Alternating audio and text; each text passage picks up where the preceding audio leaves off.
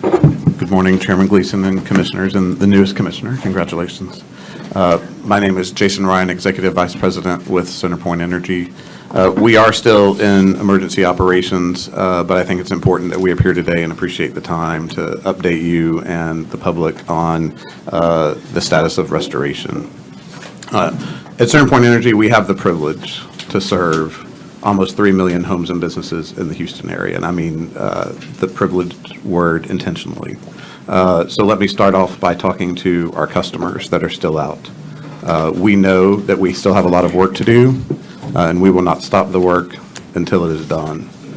To our customers that not only have power out, but have significant property damage, damage from the trees that we've talked about coming up from the roots, our hearts go out to you, our hearts go out to our community. And we know that after restoration is done, we have a lot of work to do to support the community to get back on their feet. I also want to say that since yesterday was National Line Workers Appreciation Day, call out the line workers that have done a tremendous job with the restoration efforts so far, and I'll detail that work. So far, no serious incidents or fatalities. And with the number of mutual assistance crews and the dangerous conditions that we've got, I think that's a feat worth mentioning at the beginning. Also, I mentioned at the beginning as it relates to customers so that they're aware, we did early on stop processing disconnection requests from the retail electric providers, and we'll continue to assess when that should begin under the terms of our tariff going forward. So let me detail a little bit of the event, and then I'll go into our preparation and restoration work. You do have a slide deck that I prepared to give you some hopefully helpful visuals as we have the discussion. First, I guess we've heard a little bit about the storm, but it was unique in a couple of different ways, and the visual on page 2 helps to provide that. It was a storm that formed very east in the Atlantic. It formed early, it strengthened quickly, was one of the stronger hurricanes ever to form this early in the hurricane season, and was clearly unpredictable. We'll talk to meteorological experts after this event and get their take on it too, but I think one of the things to point out that the map shows is the significant hurricane force winds that were felt throughout the entirety of our service territory, as Commissioner Glotfelty has already referenced. We were on the path that is probably one of the worst paths a hurricane could take, which is coming onshore in the Matagorda area, very close to our service territory. Our service territory is outlined in the black there, which means that the entirety of the greater Houston area was on the dirty side of the storm. And what that means is as the storm swirls from right to left, you've got the strongest winds, the most of the tornadic activity, and the most severe weather coming up on the right side of the eye wall. So that was happening throughout the entirety of our service territory. What the map shows is that the entire 5,000 square mile service territory of Houston was in that dirty side of the storm. And the one thing I'll point out, I know it's a little hard to see, but there are wind speeds that are there on the various dots. The wind speed at Intercontinental Airport was 83 miles an hour. That is higher than Hurricane Ike wind speed at Intercontinental Airport, right? So Hurricane Ike being a major Category 2 storm versus this being Category 1, the wind speeds were higher further inland. As the hurricane continued to go through Entergy's area into East Texas, there was more cyclonic activity with the storm than the entirety of some storm seasons, hurricanes. There were 67 tornado watches issued by the National Weather Service as that storm continued to push inland. So again, it was a hurricane. I'll set aside whether it was a Category 1, 2, 3, or 4 hurricane. It was a significant hurricane as it came ashore. As it left our system midday on Monday, we had 2.26 million customers out of our almost 3 million customers that we serve.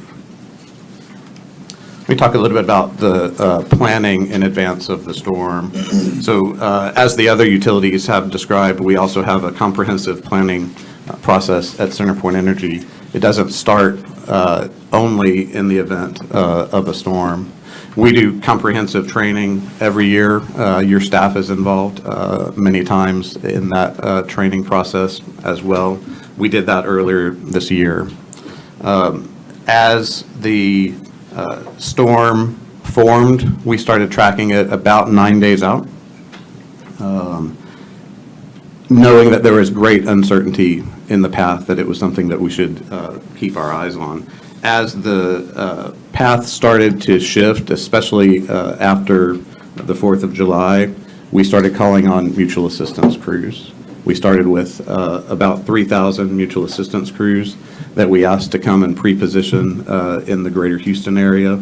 And what I mean by that, it's important, we don't ask those crews to come into the direct path of the storm. So I'm not saying we ask them to pre-position at different places in Houston. That wouldn't be what we ever asked them to do.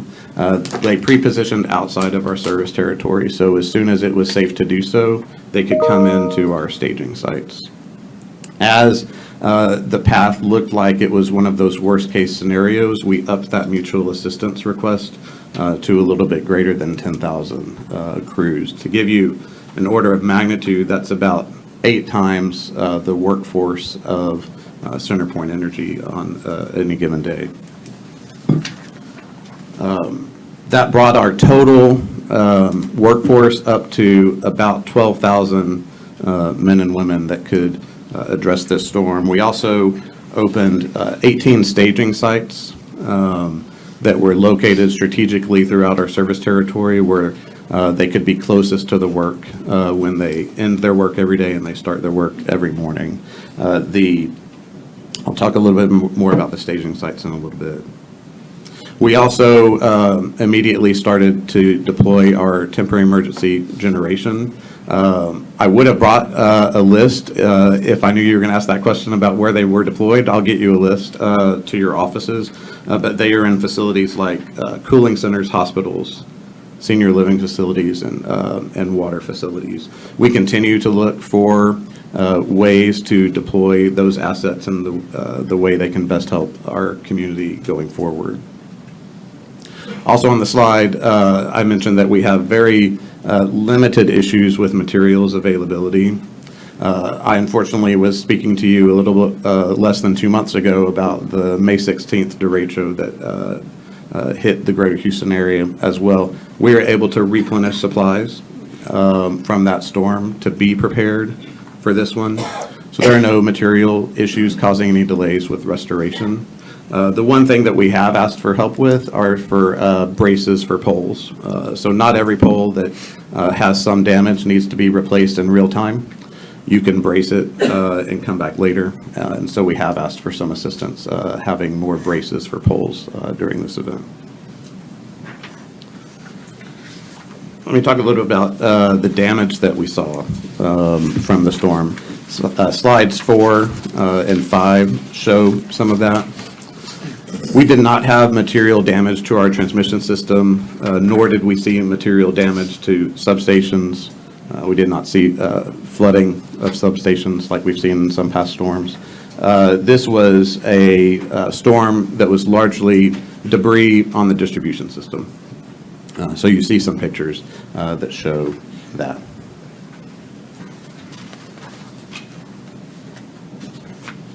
On page 5, you see some of our work to date. We have completed the vast majority of our damage assessment work and expect to finish that today. Let me pause a little bit about the importance of that damage assessment work that's done in the first couple of days post-storm. In order to effectively utilize not only CenterPoint's crews, but the more than 10,000 crews that we brought in from other places, we need to know what kind of crews to send where. That's what our damage assessment workers do in the early days after a storm. Not every crew is the same. If I have substantial damage to distribution poles, if I've got poles on the ground, I need to send a construction crew. If I've got 250 poles on the ground like we do in some places, I need to send significant construction crews. If I have trees on lines, I need to send vegetation management crews to go in and clear those trees. If I can quickly restore service by doing minor work on facilities, I can send much smaller crews out to do that. We can't start sending crews out until we get that damage assessment done. That damage assessment looks like people walking, literally walking, as of the end of yesterday, 8,500 miles of distribution lines. We have flown distribution lines with helicopters. We have used drones to help us with that assessment as well. So I know it's incredibly frustrating to see mutual assistance crews in the early days waiting to do the work, but we can't effectively rely on that workforce if we don't know where to send them. If we send a construction crew somewhere where a smaller crew could do the work, we're ineffectively using that workforce. So I'm happy to report that by the end of the day yesterday, we were 85% complete with that damage assessment work. We'll finish it today, and we are restoring customers actively with our mutual assistance crews. You see on the next page some of the staging sites. You see the dots on the map, exactly where those staging sites are. Commissioner Glatfeldt, he mentioned he came to a staging site on Tuesday, the day after the storm. That is where we do our initial intake of crews that are coming onto our system. It's where they get safety briefings. It's where they learn about different design specifications for the work that they're going to be doing. Things like how much clearance on a roadway crossing do they need to do to comply with local or state regulations, right? They're coming in from out of state. They're not used to working on our system, so we brief them on all of that. This is where they come every evening when they're done with work, park their trucks, get their food, get bused to a hotel. The next day, they're bused back to that staging site. They get their food for the day, they get their work plans, and they exit. So these staging sites are fairly significant logistical hubs. We had the initial staging site set up less than half a day, or about half a day after the storm cleared our system. So a lot of work goes into putting those together. You can't put them together before the storm hits, right? So the big tents where crews get briefings and get their food can't be put up before the hurricane. So you see a lot of that activity right in those early hours after the storm leaves. On the next page, you see just a list of our significant mutual assistance crews. I wanted you to have the names of those companies. We're very thankful that they send their men and women to help the greater Houston area. Finally, let me get into restoration stats. You see that on page 8. As of today, we have restored more than 50% of the outages. So we've restored about 1.2 million homes and businesses. There's a little over 1 million homes and businesses left to be restored. So I like to rely on data as a good way to judge readiness. We have never restored more than 1 million customers a little over 2 days after a hurricane before, and you can only do that with significant readiness. We know we still have a lot of work to do. We communicated to our customers last night. We expect to have another 400,000 customers on by the end of the day tomorrow. We expect to have another 350,000 customers on by the end of the day on Sunday. That takes you to about 80% restoration by the end of the weekend. We continue to assess our workforce needs. If we believe that we can effectively onboard additional crews in order to speed up the work, we will. That leaves about 500,000 customers that we currently expect to have outages that go into next week. We issued a communication to customers today that said that by noon, we will start providing estimated restoration times for those customers that are going to have outages that go into next week. We will update those estimated restoration times as we get better information on what those customers should expect. Let me talk a little bit about communications with our customers. We did, as of the end of the day yesterday, 27 media interviews. We had 72 social media posts, keeping customers advised of the work that we were doing, the process that we were going through, where they were in the process in a outage map that we posted. Are you in the assessment phase? Are you in the phase where your outage is being assigned to a crew for that work? We also encouraged customers to sign up for our Power Alert service so that they could personally get these estimated restoration times when we push them out by either phone call, text, or email. So they're no longer relying on just press releases to understand when their estimated restoration times are. So again, we know that some of the hardest hit areas are along the coast and up the I-45 corridor up to the Woodlands.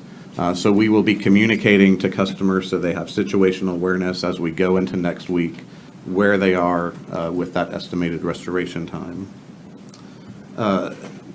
In the spirit of continuous improvement, we always do after action reviews. We have started to document our lessons learned, and I'm happy to talk about that either today or as this process continues. I know Chairman Gleason, this is not the first and last time we'll have this discussion, but know that we are undertaking that process as we speak, and we will do a full after action review at the end. Let me go ahead and close again by acknowledging to the customers that are out as we speak, and especially to those customers that will have outages for an extended period of time past this weekend. We know we have a lot of work to do.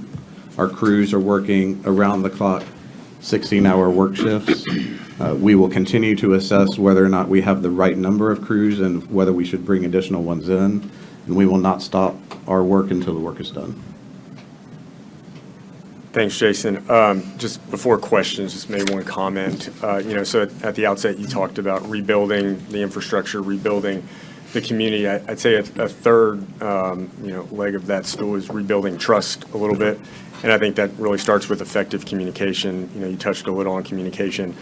As I've thought about this, I would strenuously urge you all to get out, once everything is restored, get out into the community.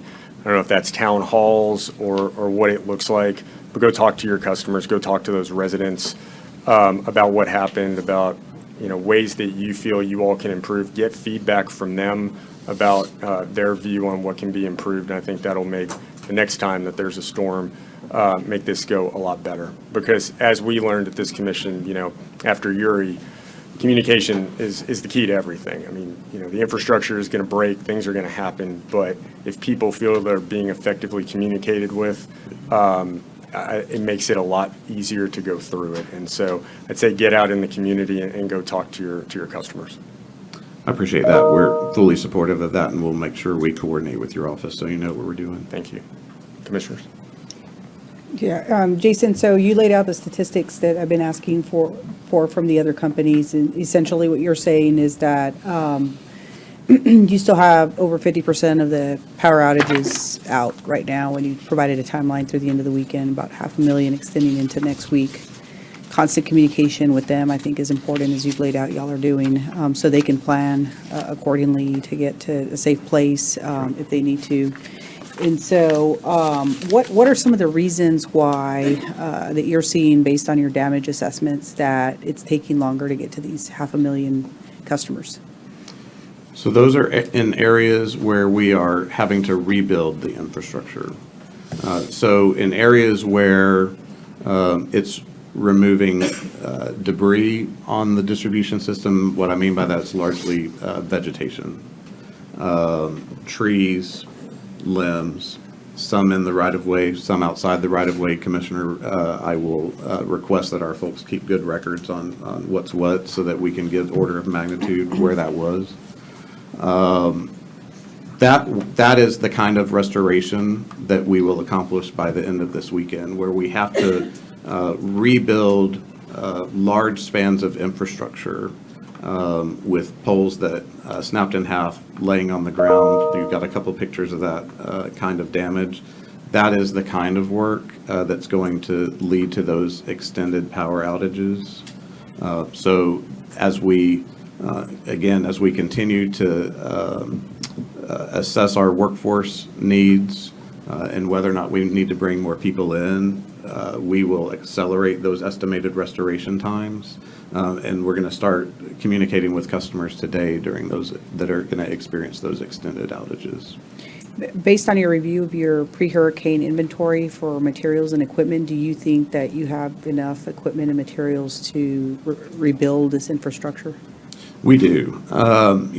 The one thing, and I know we're working with TDM on this as of this morning, we want to make sure we have sufficient diesel fuel for our emergency generation because we expect this extended outages in certain areas. I don't want to say that we have a concern about it right now because we are working through the appropriate channels there. As we don't have any material concerns. There's that fuel concern that we're working through. But certainly as we have any unmet needs, we will work with our mutual assistant partners and through state and federal channels to make sure those unmet needs get met. Okay. With respect to the fuel concerns, is there anything that can be done to, like, by the commission, anything that can help you get those resources? So we're working the right channels. If we end up with some roadblocks, we'll be back in touch with your office for sure. Fantastic. And back to the mobile DG discussion. So I understand how many mobile DG units do y'all have? So we have roughly? 17 large ones, and what I mean Okay. by that is either 30 megawatt or 5 megawatt units. Those are best used during load shed, but we are looking for opportunities to use those units to pick up parts of circuits where there may still be damage going up to the substation, but you can insert mid-circuit and pick homes up. So as we make progress on our restoration work, we will continue to look for opportunities to use those mid-circuit. We then have more than a dozen smaller units, 2.5 megawatt units, 1 megawatt units, half megawatt units, and we have a vendor that allows us to bulk up on that on a temporary basis when we need them for storms like this, so that those smaller units aren't just sitting in a yard somewhere. So we are working with that vendor as we identify homes or businesses or critical facilities that can use those smaller units. We will bulk up as the need requires. We have also requested through mutual assistance some additional generation. So we've got sufficient generation for the needs that have been identified so far. We continue to work with critical facilities like water facilities to avoid boil water notices. A lot of facilities like that are critical have their own backup generation. But in extended outages, we have to be concerned about whether that backup generation will be sufficient to power through the entire event. So we're working very closely with those critical facilities, working very closely with our government officials to make sure that we're aware of what the status is of any generation that they may have as backup for those facilities that they're concerned about. I have members of my team embedded in the emergency operations centers of many cities and many counties right now, so that the information flow in that regard is seamless. We have a priority desk in our emergency operations center that exists solely to take those kinds of requests and work them, whether we can accelerate restoration of our facilities. If there's a concern about those backup generation facilities failing, or whether or not we can use our own backup generation to go and augment what they have. So Jason, you mentioned the large ones can only be used when there's load shed, per the commission's rules. Are the 12 smaller ones subject to the same? So it's not really rule-based, Okay. Commissioner. It's really more just that a 30 megawatt unit is more likely to be useful at a substation to pick up entire circuits during load shed. When there's damage on those circuits from a storm like this, they are less useful in that scenario. But again, we look to make sure that we can utilize all of our assets. So if this storm, which didn't happen this time, if this storm had caused significant transmission level damage and left substations without power, but circuits that could take power, that's when these 30 megawatt units could be used in a storm scenario. That's not this storm. Okay, yeah, I just asked because, there's a lot of frustration, as you said, and there's a lot of discussion out there about the mobile gen units that your company has. You have like 30 of them. I think it's going to be really important to really explain, why you can't use some of them right now. When you deployed the mobile gen units, it sounds like based on your damage assessments of where strategically you can actually use them. But I think it's going to be really important to provide that information in the after action report as to, the issues with not being able to use all of them, when they were deployed, where they were deployed. And, I saw in your presentation that amongst the critical care customers, there's education centers. Did I read that correctly? That's correct. So we have, even though school is out, you have some facilities that might be serving as daycares in the community or providing other services in the community. So we are looking at how to lessen the impact on the community of power outages and how to get the community back to normal quicker. And so opening up facilities like that provide those kinds of services are critically important as well. Okay. Jason, just real quick on a follow-up to the mobile gen comment. So if some of your units aren't really made for something like this, can you, through mutual assistance, use other TDUs, mobile gen units? Yes, sir. Did Yes, you sir. do that in this case? Do you know? We did that in the May derecho, and we've done it here too. I believe, I don't know how many Encore has sent, but we have asked for Saw Encore. mutual assistance from Encore in that So regard. I think it would be helpful as you're showing where you located these to differentiate between your assets and then Encore's assets would be Yes, sir. helpful. Will do. You mentioned the water districts, sorry, Jimmy. No, you're And fine. you, as the length of time prolongs, if they did have their own generation, do they then contact you? Do you reach out? Because I think after derecho, it was some miscommunication. Has that gap been filled from y'all side? Yeah, so some are reaching out to us. We are also proactively reaching out. So we have a way for our local governments, water districts included, to submit to us proactively their critical facilities. That list is long, and so in a storm like this, we keep track of which of those critical facilities has power, which one doesn't. As you could imagine, oftentimes when they don't have power and they proactively call us, we're also proactively reaching out to them. And like I said, we've got people embedded in all of the local emergency operations centers, and that's where that information can bubble up as well. I won't say that the gap is perfectly closed, but we're in active communication with that group of customers. Hi, Jason. Good morning, Commissioner. A couple things. First of all, again, I think a lot of this is after action, like when we're looking back, how do we make sure that this is better next time? I know the lieutenant governor, the mayor have they're all going to be able to voice their views to you all. There's a lot of displeasure in West Houston and in East Houston and in North Houston. I'm not, I think that comes with the territory, so to speak. It's hard to plan for these when you don't know if they're coming, and it's expensive if you plan for them and they don't come. It's expensive for ratepayers. What I hope you all can do on a hurricane like this one is, I don't understand how you ensure you have the right mix of vegetation management folks versus linemen. It's great to say we have 10,000 linemen, but if you need 10,000 vegetation management folks and 5,000 linemen, it'd be great to try to understand that in the context of a storm like this, with all of this vegetation challenge, as we go forward to think about that. Is that the right mix? Might be, might not be, but I'd like to explore that with y'all. Yes, sir. Fully support that.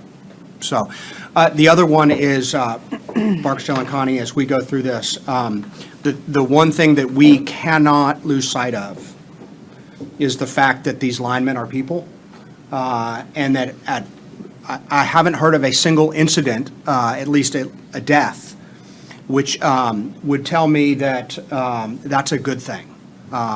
If we get through this storm in the restoration with maybe 20,000 additional people touching the system every single day for a week and a half or 2 weeks, we are actually very blessed that nobody has an incident. And we need to keep that in mind. And I think as we write up our report and our story to the legislature, the human life toll that the storm took is important, but also on the restoration, because they're the ones who are climbing the poles every day.